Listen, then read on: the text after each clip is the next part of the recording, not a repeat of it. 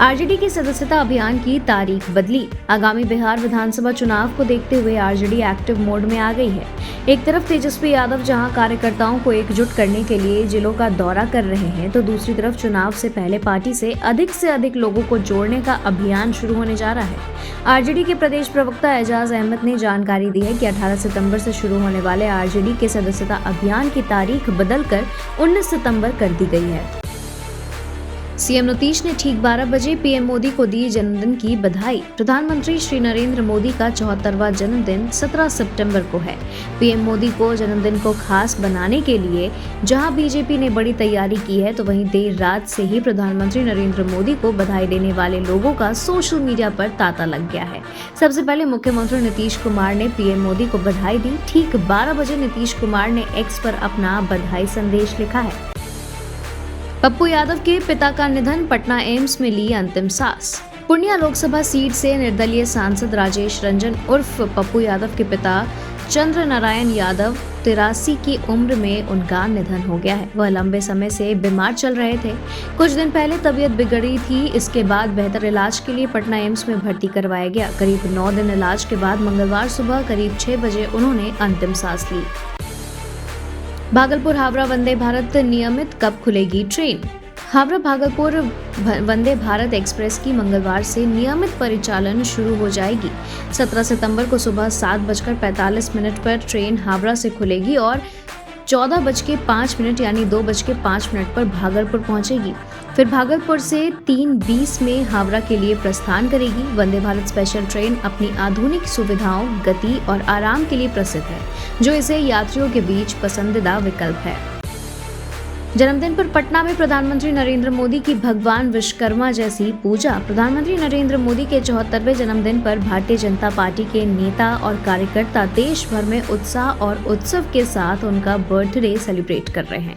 राजधानी पटना में बीजेपी कार्यकर्ताओं ने पीएम नरेंद्र मोदी की भगवान विश्वकर्मा की जैसी पेंटिंग बनाकर उनकी पूजा की है। पटना की वेद स्कूल में भाजपा नेता कृष्ण सिंह कल्लू की अगुवाई में पीएम मोदी को भगवान विश्वकर्मा की तरह पूजा गया। केंद्र से बिहार को मिलने वाली राशि में आई कमी। राज्य सरकार 15वें वित्त आयोग में मिली राशि का भी हिसाब लगा रही है। इसके तहत प्रदेश को चौथे साल कितनी राशि मिली और कितनी राशि बकाया है या मिलने की संभावना है, योजना एवं विकास विभाग ने इस पर मंथन शुरू कर दिया है। इसी आधार पर 5वें वर्ष के लिए भी राज्य सरकार अलग से कार्य योजना बनाएगी। दरअसल बीते 8 वर्षों में केंद्र की हिस्सेदारी में 8% की कमी हो गई है। यही नहीं, केंद्रीय वित्त आयोग की ओर से बिहार को दी जाने वाली राशि में लगातार कमी होते जा रही है। बिहार के सरकारी स्कूलों की बदलेगी सूरत। बिहार के सभी सरकारी स्कूलों को छोटे मरम्मत कार्य कराने के लिए शीघ्र ही 50-50 हजार रुपए दिए जाएंगे।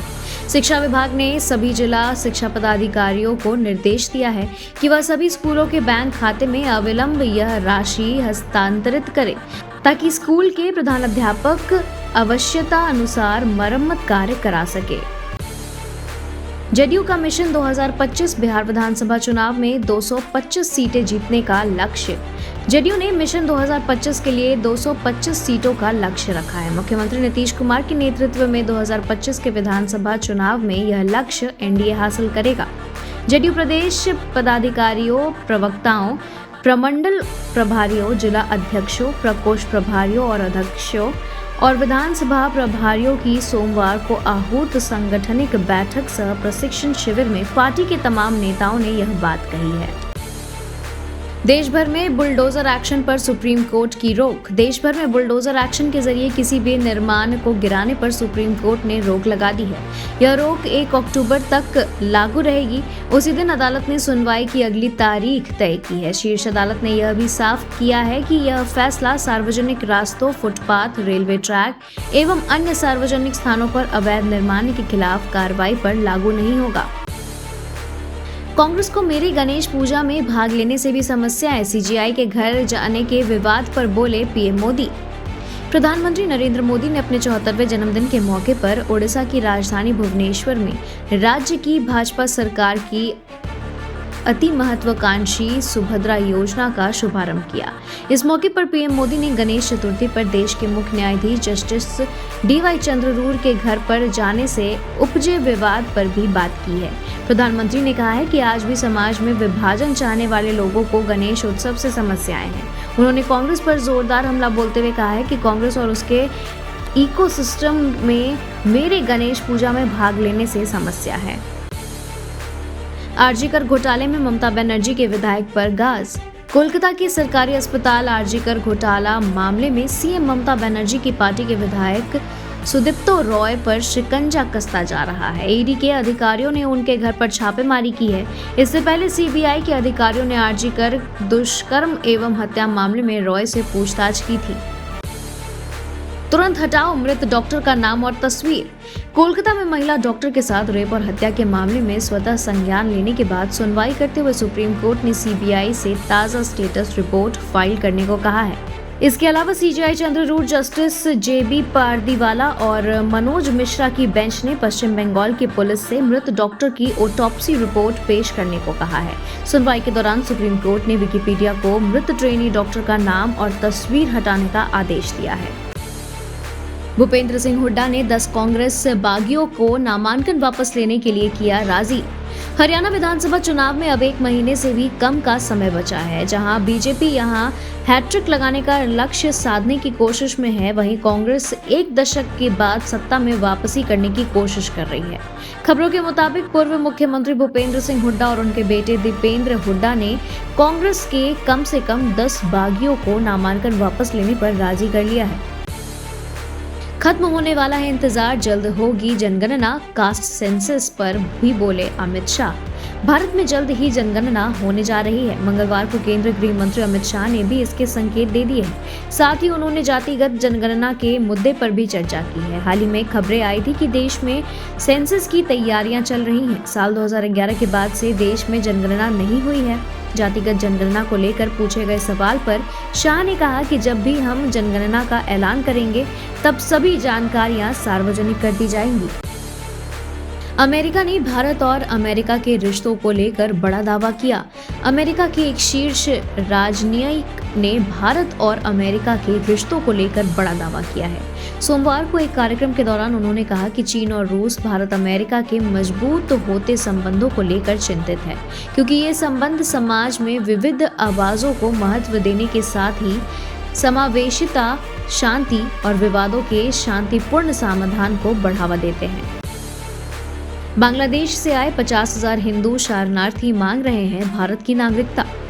दशकों से भारत में रह रहे बांग्लादेश से आए 50,000 शरणार्थी हिंदुओं ने भारत से नागरिकता देने की अपील की है। बांग्लादेश में आकर महाराष्ट्र के गढ़चिरौली जिले में बसे हिंदू शरणार्थियों की आबादी लगभग 50,000 हो गई है। नक्सल प्रभावित इलाके में इन लोगों के लिए गुजारा करना बड़ी चुनौती रही है। महबूबा मुफ्ती के लिए चुनाव अस्तित्व की लड़ाई। पीडीपी की गढ़ दक्षिण कश्मीर में पहले चरण में 18 सितंबर को मतदान होगा। कश्मीर का चुनाव पीडीपी के भाग्य का फैसला करेगा। बनने के 25वें साल में अस्तित्व की लड़ाई लड़ रही है। बता दें कि अनंतनाग से एनसी से लोकसभा चुनाव हारने वाली महबूबा मुफ्ती ने विधानसभा चुनाव से किनारा कर लिया है और इसके बजाय पार्टी को बचाए रखने के लिए पूरे जोश के साथ प्रचार कर रही हैं। एकनाथ शिंदे को आया गुस्सा, गुरु आनंद दिघे की फोटो के सामने पैसा उड़ाने पर भड़के।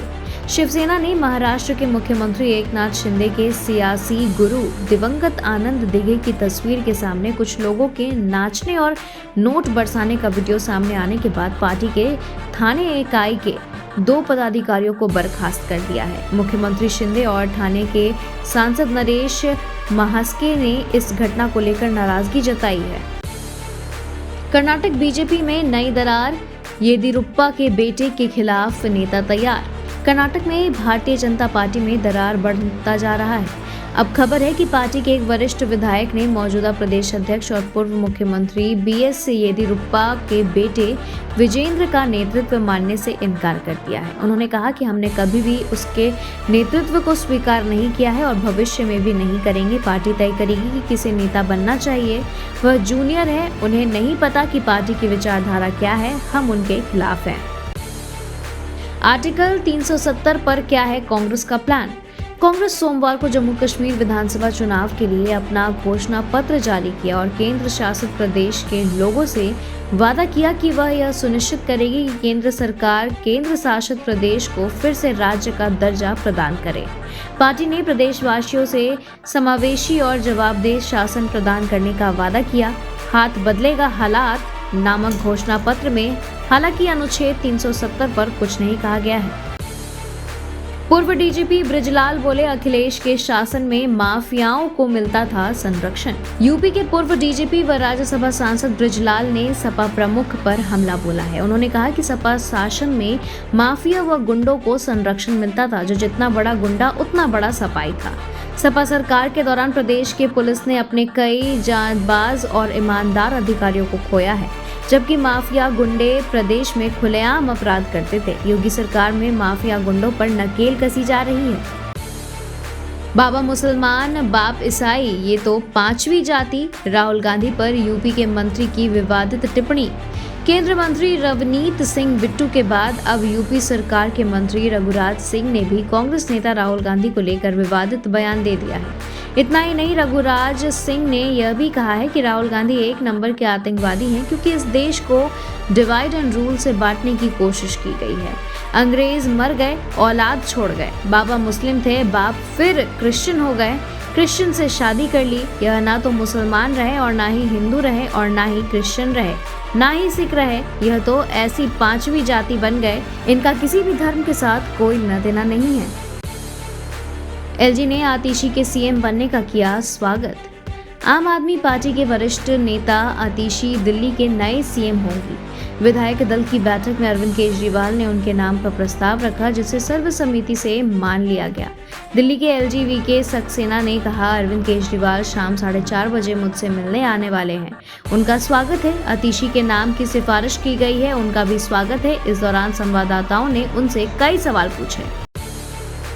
अरविंद केजरीवाल को दोबारा मुख्यमंत्री बनाना एकमात्र लक्ष्य। आतिशी। सुप्रीम कोर्ट से बेल मिलने के बाद मुख्यमंत्री अरविंद केजरीवाल बाहर आए और उन्होंने सीएम पद से इस्तीफा देने का ऐलान कर दिया।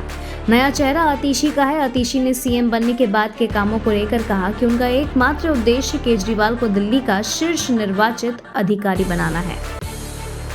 अरविंद केजरीवाल ने मर्जी से नहीं, सिसोदिया के दबाव में आतिशी को दिल्ली का सीएम बनाया। बीजेपी का दावा। आतिशी को दिल्ली की नई मुख्यमंत्री बनाए जाने की खबरों पर दिल्ली भाजपा अध्यक्ष ने कहा, अरविंद केजरीवाल ने मजबूरी में सीएम बनाया है, क्योंकि वे चाह करके भी अपनी मनमर्जी का मुख्यमंत्री नहीं बनवा सके। मनीष सिसोदिया के कहने पर आतिशी को सारे विभाग दिए गए और मनीष सिसोदिया के दबाव में ही आतिशी को मुख्यमंत्री बनाया गया। मैं कह रहा हूं कि चेहरा बदल गया है, लेकिन आपका भ्रष्ट चरित्र जस का तस है और दिल्ली की जनता जवाब मांगेगी। लालू भी जीत कर आए थे चुनाव। केजरीवाल की दलील पर सुधांशु त्रिवेदी। भाजपा के प्रवक्ता सुधांशु त्रिवेदी ने लालू प्रसाद यादव, मायावती और जयललिता का उदाहरण देकर पूछा कि आखिर खुद केजरीवाल ने इन्हें भ्रष्ट क्यों कहा। सुधांशु त्रिवेदी ने एक्स पर लिखा, केजरीवाल जी कह रहे हैं कि मेरा फैसला जनता चुनाव में करेगी, मैं ईमानदार हूँ या बेईमान। देश की जनता को यह जानना चाहिए कि यह बचकाना नहीं, शातिराना तर्क है।